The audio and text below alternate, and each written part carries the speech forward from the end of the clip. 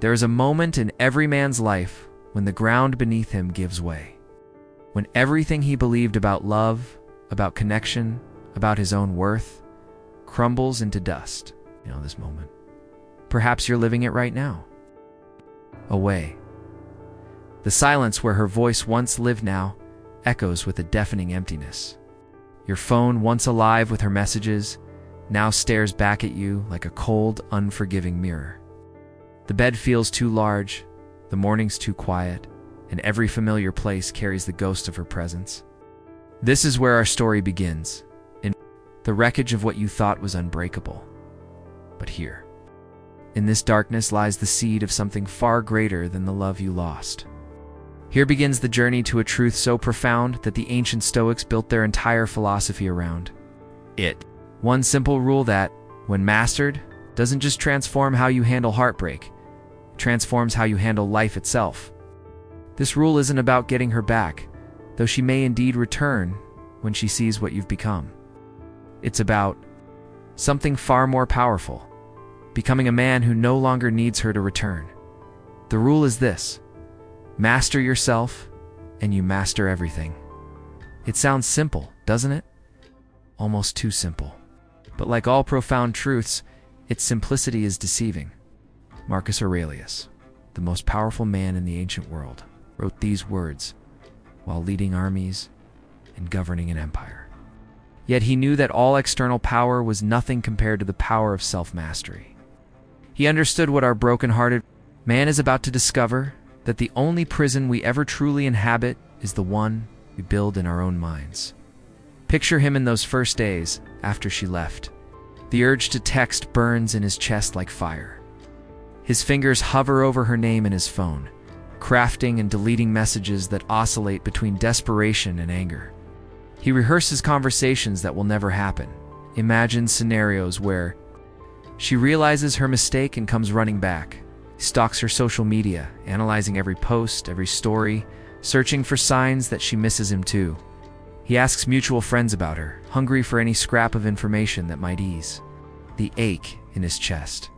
He is, in every sense, a slave to his emotions, to his need for her validation, to the fantasy that somehow, if he just says the right thing or does the right thing, he can undo what has been done. This is where most men remain trapped, in this cycle of reactive desperation. They chase, they beg, they bargain with the universe, become smaller versions of themselves, diminished by need, weakened by their inability to accept what is, or man, through some grace, or perhaps through sheer exhaustion with his own suffering, begins to glimpse something different. He remembers reading somewhere that Epictetus himself, once a slave, taught that freedom isn't about controlling circumstances, but about controlling your response to circumstances. The words echo in his mind like a distant bell calling him home. To himself, the first step towards self-mastery is the hardest, accepting what has happened without trying to change it. She is gone. This is the reality. He can rage against it, deny it, bargain with it, but the truth remains unchanged. Seneca wrote that every new beginning comes from some other beginning's end. And our man begins to understand that his pain isn't just an ending, it's also a doorway. Through this doorway lies not the path back to her, but the path forward to a version of himself he has never met. He deletes her number, not in anger, but in acceptance. He unfollows her on social media, not to punish her, but to free himself. These acts require tremendous strength because they go against every instinct screaming in his chest. Every fiber of his being wants to maintain that connection, however tenuous. But he's beginning to understand that true strength isn't holding on, it's letting go. He's learning to trust in something the Stoics knew well, that the universe has its own intelligence, and fighting against it only increases suffering. The silence that follows is deafening. Without the constant checking, the obsessive monitoring, the desperate hoping, he's left alone with himself. And this is terrifying. For so long, his identity has been intertwined with hers, his happiness, dependent on her mood, his worth measured by her attention. Now, stripped of these external validations, he must face the question every man eventually confronts. Who am I when I am completely alone? The answer doesn't come immediately. Self-discovery is not a sudden illumination, but a gradual sunrise. Day by day, he begins to fill the space her absence created with something more substantial, himself. He returns to the gym, not to impress her or make her jealous, but because the discipline of training teaches him that he can endure discomfort, that he can push through resistance. Each rep becomes a meditation on strength, each drop of sweat a baptism into his own power. He reads philosophy, history, psychology books that expand his mind beyond the narrow confines of romantic obsession. Marcus Aurelius becomes his companion. In the early morning hours, reminding him that every day is a gift and that dwelling on the past steals from the present. He learns that the emperor faced his own losses, his own griefs, and found in them not reasons for bitterness, but opportunities for growth. The pages become mirrors, reflecting back not just ancient wisdom, but his own emerging strength. His work improves. Without the constant distraction of relationship drama, his focus sharpens like a blade. Projects that once seemed overwhelming now appear as challenges to be conquered. Colleagues notice the change. There's a calmness about him now, a presence that commands respect without demanding it. He's learning what the Stoics knew, that external chaos cannot disturb. The man who has found internal peace, friends begin to comment on his transformation. They expect him to be bitter, broken, defeated. Instead, they find a man who speaks less but says more, who listens deeply, radiates a quiet confidence they've never seen before. When they ask about her, he doesn't deflect or make excuses. He simply says that chapter is closed, and they can hear in his voice that he means it. There's no anger there, no resentment, just acceptance. This is mastery in action, the ability to discuss painful topics without being controlled by them. Months pass. He establishes routines that center him. Morning meditation, evening walks, weekly solitude, where he simply sits with his thoughts. Without judgment, these practices teach him that his emotions, however intense, are temporary weather patterns in the vast sky of his consciousness. The heartbreak that once threatened to destroy him now feels like something that happened to someone else, a story he can tell with compassion, but without attachment. The transformation is not just internal. His posture changes, he stands taller, moves with purpose. His voice carries authority because it's grounded in self-knowledge rather than seeking approval. When he speaks, people listen, not because he's trying to impress them, but because he stopped trying to. This is the paradox of true power. It's most magnetic when it's not seeking to attract anything. He dates occasionally, but these interactions are different now. Not looking for someone to complete him because he's discovering his own completeness. He doesn't need validation from others because he's learned to validate himself. When women are interested, he doesn't cling desperately to their attention. When they're not, he doesn't take it as a reflection of his worth. He's learned the most liberating truth of all. His value doesn't fluctuate based on others' opinions of him. Then, inevitably, she reaches out. A casual text, a comment on an old photo, a message asking how he's been. The old him would have responded immediately, heart racing, reading deep meaning into every word. But this new version of himself, this man who has mastered the art of self-control, reads her message with the same calm he'd give to any communication. He responds politely, but briefly, without the eagerness that once characterized all their interactions. She senses immediately that something is shifted. The desperate man she left behind has been replaced by someone she doesn't recognize, someone who doesn't need her approval to feel whole. She tries harder. The messages become more frequent, more personal. She reminisces about good times they shared, asks mutual friends about him, finds excuses to appear in his social circles. She's testing the waters, expecting to find the same needy man she walked away from. Instead, she finds someone who treats her with kindness but without special consideration. Someone who is polite but not pursuing. Someone who has clearly moved beyond the space she once occupied in his life. This is when the real test begins. Everything in his old programming screams at him to seize this opportunity, to rush back into her arms, to prove that his transformation was all about winning her back. But he has learned the deepest teaching. of Stoicism, that true freedom comes not from getting what you want, but from no longer being enslaved by wanting it. He recognizes her renewed interest for what it is, not a validation of his worth, but simply another circumstance to navigate. With wisdom and self-control, he doesn't ignore her, but neither does he drop everything to pursue her. He responds when it's convenient, meets for coffee when his schedule allows, treats her with the same respect he'd show any former partner. There's no game playing here, no manipulation or strategic withholding. He's simply living from a different center now, one that isn't dependent on her attention or approval. She begins to realize that the man she discarded has become someone she might want, but he's also become someone who doesn't need to be wanted by her. The conversations between them reveal the depth of his transformation, or once he would hang on her every word. Now he listens with interest, but without desperation.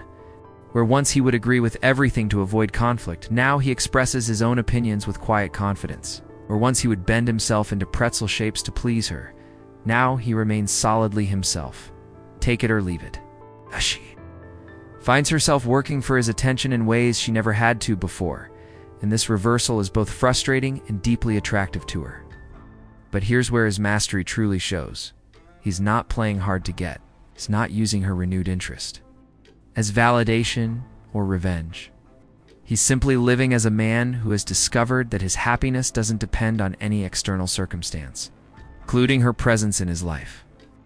When she suggests they try again, he doesn't immediately say yes or no, considers it the way he'd consider any major decision with careful thought, clear boundaries, and full awareness of what he's willing to accept and what he's not. The old relationship is impossible now because he's impossible to manipulate, impossible to control, impossible to diminish. He's learned what Marcus Aurelius knew, that you have power over your mind, not outside events. And when you realize this, you find strength. She's attracted to this strength, but she's also intimidated by it. The man she could once manage with tears or tantrums now responds to emotional manipulation with calm boundaries. The man who once chased her approval now gives his attention freely but never desperately. If they do reconnect, it's on entirely different terms. He's no longer the junior partner in the relationship, no longer the one who loves more, needs more, gives more. He's become a man who brings equal value to the table, who can walk away if the relationship doesn't serve his highest good. This equality transforms everything: the dynamic, the respect, the very foundation of how they relate to each other. But whether they reunite or not becomes irrelevant to his story. He has discovered something far more valuable than her love: his own. He has learned to be complete without her, strong without her validation, happy without her presence. This doesn't mean he doesn't care about her or that he's become cold or indifferent. It means he's learned the difference between loving someone and being addicted to them, between caring and being consumed. The Stoics taught that the goal of life is not to avoid suffering, but to develop the strength to meet it with grace. Our man has done this. He has taken the raw material of heartbreak and forged it into wisdom. He has transformed the lead of rejection into the gold of self-knowledge. He's learned that the love he was desperately seeking from her was already present within him, waiting to be discovered. This is the profound irony. The very detachment that allows him to let her go is what makes him attractive to her again. By releasing his death grip on the relationship, he creates space for it to breathe. By becoming whole without her, he becomes someone worth being with. By no longer needing her to complete him, he becomes genuinely compelling to her. Marcus Aurelius wrote that very little is needed to make a happy life. It is all within yourself, in your way of thinking. Our man has discovered this truth in the most practical way possible. He's learned that happiness is not something you pursue, it's something you practice. It's not dependent on external circumstances aligning perfectly with your desires.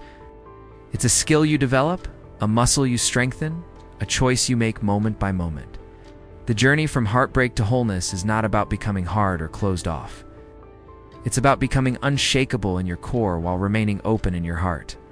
It's about learning to love without attachment, to care without clinging, to hope without expectation, These are the deepest teachings of Stoicism made manifest in the most personal arena of human experience. As he reflects on his transformation, he realizes that her leaving was not the worst thing that ever happened to him. It was the best. It forced him to confront parts of himself he had been avoiding, pushed him to develop strengths he didn't know he possessed. It taught him that he could survive the thing he feared most, and emerge not just intact but improved. The pain that once threatened to destroy him has become the foundation of his strength. This is the ultimate mastery, not just controlling your reactions to external events, but discovering that your peace was never dependent on those events in the first place. It was always there, waiting beneath the noise of need and the chaos of attachment. The Stoics called this inner citadella, fortress within yourself that no external force can breach. Our man has built this fortress, not with walls that keep others out, but with strength that needs nothing from others to remain standing. And so his story becomes not about getting her back, but about getting himself back, not about winning her love, but about discovering his own, not about proving his worth to her, but about recognizing his own inherent value. This is why she's drawn back to him, not because he's playing games or using techniques, but because he has become genuinely attractive in the deepest sense. He is a man who doesn't need anything from anyone to be complete. The greatest victory is not in her return, but in his transformation. Whether she stays or goes, whether she loves him or doesn't, whether their story ends in reunion or final goodbye, he will be okay. More than okay, he will be free. In this freedom, this unshakable sense of self, this mastery of his own emotional landscape is worth more than any relationship could ever be. This is the one Stoic rule that changes everything. Master yourself, and you master everything. Not because you control external circumstances, but because you no longer need to. Not because life becomes perfect, but because you become strong enough to handle its imperfections. It's not because pain disappears, but because you learn to meet it with grace. And in that mastery, in that strength, in that quiet confidence that comes from self-knowledge, you become the kind of man that others are naturally drawn to, not because you need them to be, but because you don't.